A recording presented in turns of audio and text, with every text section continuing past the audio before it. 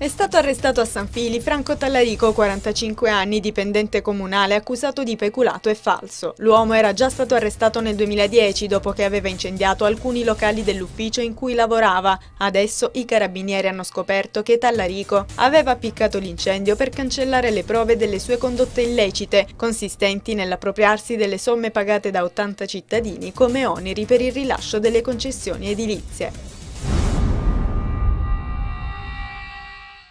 È stato inaugurato stamattina a Catanzaro il monumento del generale Francesco Stocco nell'omonima piazza. Il restauro è stato realizzato nell'ambito del progetto I luoghi della memoria, voluto dalla Presidenza del Consiglio dei Ministri. Per il 150° anniversario dell'Unità d'Italia è stato individuato per ogni regione un solo monumento da restaurare e in Calabria è stato scelto quello catanzarese. Stocco, nato a Nicastro, importante combattente della Calabria, era stato nominato governatore della provincia di Catanzaro da Giuseppe Garibaldi.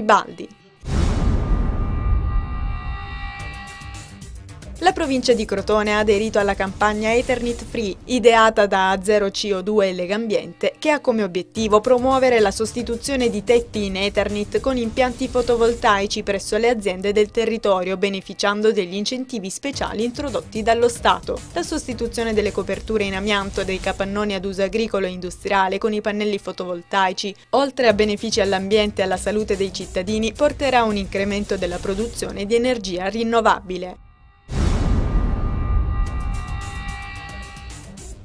Probabilmente a breve i volontari della cooperativa sociale Onlus Arca di Noè non potranno più lavorare. Ad informare la cittadinanza dell'area delle Serre di Vado e di Carolei, durante una conferenza, la stessa associazione che si occupa di accoglienza, accompagnamento e sostegno a persone con disagi psicofisici e sociali. Sul terreno, infatti, incombe un'ordinanza di sfratto. Il decreto, qualora venisse messo in atto, porrebbe la parola fine alle numerose attività educative rivolte agli oltre 30 disabili che quotidianamente frequentano la struttura.